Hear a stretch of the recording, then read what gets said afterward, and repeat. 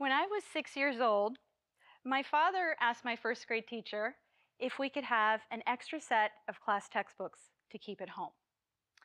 The reason being, if we had these at home, I could get ahead in school from doing extra coursework on the weekends. That's right. And to me, this was a perfectly normal weekend activity, mostly because I was blissfully unaware that other kids my age were probably watching Saturday morning cartoons on their couch. As a child of immigrant parents, I was taught that how hard you worked and the sacrifices you made directly correlated with an outcome. And that in order for me to guarantee my success in this country, I didn't just need to work hard, but extra hard to prove my place here. So I did that. I became this high achiever that got straight A's, perfect attendance, won local and state science fairs, and multiple art competitions. I went on to finish medical school, residency, and fellowship to become a pediatric rheumatologist, the type of doctor that treats autoimmune conditions like lupus or rheumatoid arthritis. Up until this point in my life, being a go-getter had really worked in my favor. If there was a roadblock, I found solutions to move right past them. And then I became a patient myself. My primary care doctor had wanted me to go see an adult rheumatologist for some joint pains that I was having in my hands. And so I went, and as I sat on that cold exam table in an oversized hospital gown, my hands started to shake. And I got nauseous the moment the rheumatologist took a second look at my knuckles and wrists. She took a deep breath in, looked me in the eyes, and uttered the 4 words that changed my life forever. You have rheumatoid arthritis. A million thoughts of disbelief and confusion fled through my mind as I tried to process the irony of this whole situation. I mean, I could have had any one of the hundreds of diseases out there. Why did it have to be the one that I was an expert in? As a rheumatologist, I can diagnose arthritis in my sleep. So how did I miss it in myself? I think part of the dissonance came from not allowing my mind to even entertain an illness like this, because it would change everything. Having a chronic disease would mean learning how to give myself injections. It would mean being immunosuppressed. It would mean thinking twice about where I traveled or who I was around. It would be a roulette of having to see multiple doctors, taking time off to go see those doctors, getting MRIs, IV pokes, joint injections, and dealing with the annoying side effects of medications like fatigue and hair loss and nausea. These were things that I ordered, not actually did. For the first time, I got a taste of my own medicine when I realized that this is exactly what I put my patients through. And for the first time, I finally understood my patients and their pain points. As I lay there that night, staring at the ceiling, the reality of my diagnosis and what it would mean started to sink in. It felt as though someone had signed me up to run a marathon, and I hate marathons. To cope with the discomfort of the whole situation, I resorted to my usual style of problem solving. You know, the one that treated life like a bunch of standardized tests that just had to be aced. I know what I have to do, I thought. I'm gonna be the best patient that's ever had rheumatoid arthritis. And I'm gonna work so hard to beat it that it never comes back. After all, I'm the expert, not my disease. The rules of chronic illness won't apply to me. I know, slightly aggressive. I now realize that the energy I put into conquering my arthritis would be futile and meaningless. Because unlike a math competition or a science fair, I was about to be a contestant in a game that had no winner, no loser, and no finish line. As a newly minted patient, I did everything my doctor asked me to do, including taking those weekly injections to suppress my immune system. I even started working out 4 days a week. I cleaned up my diet. I drank 8 glasses of water a day, and I took my daily vitamins. For a while, I felt like that little 6-year-old girl doing extra homework on the weekends, or the first-time mom who pumped bags and bags of milk for her newborn so she could exclusively have breast milk the first 6 months of her life. Sometimes that meant pumping in hospital call rooms or even worse, bathrooms. Deep down, I wondered if these choices were really necessary, but I ignored that intuition.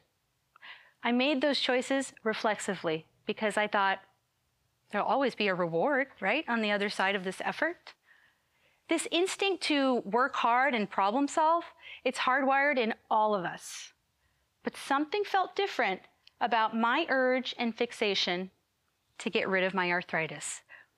See, I had the brain of a doctor inside the body of a patient. And you know what they say? Doctors make the worst patients. Seriously, the worst patients. Especially the ones trying to treat themselves like me. My medical training had programmed me to be this problem solver without teaching me that some problems are actually permanent and the solutions just temporary. 6 long years after my initial diagnosis, I went on to fail not 1 or 2 or 3 medications, but 8 different ones to put my arthritis into remission. Even my rheumatologist was starting to run out of medications to prescribe. At one point, my sweet husband turned to me and said, "You know, it's okay if you fail." What?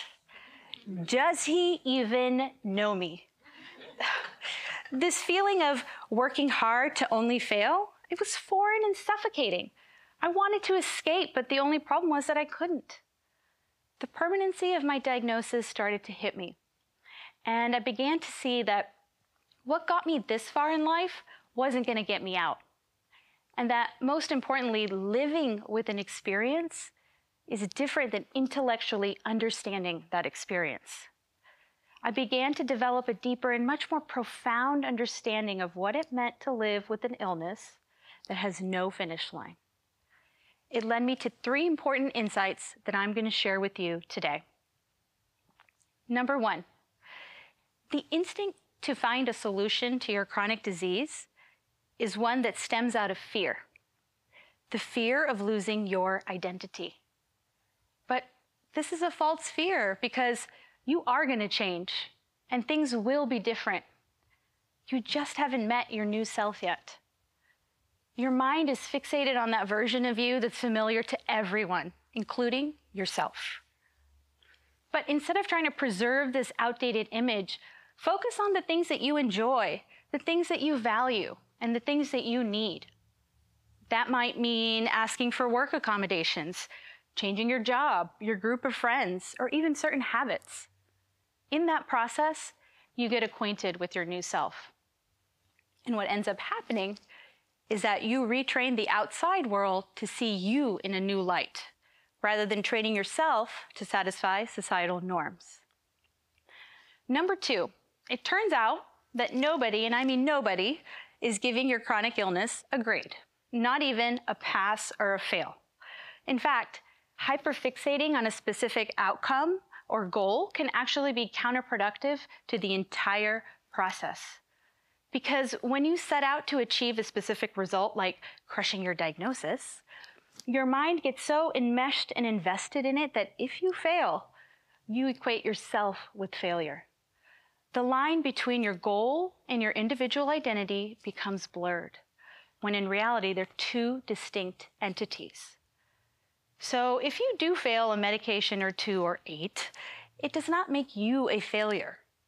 When it comes to your own journey, there is no failure, just learning and pivoting. This is called adaptability, and it is not the same as admitting defeat. In fact, it's the key to resilience.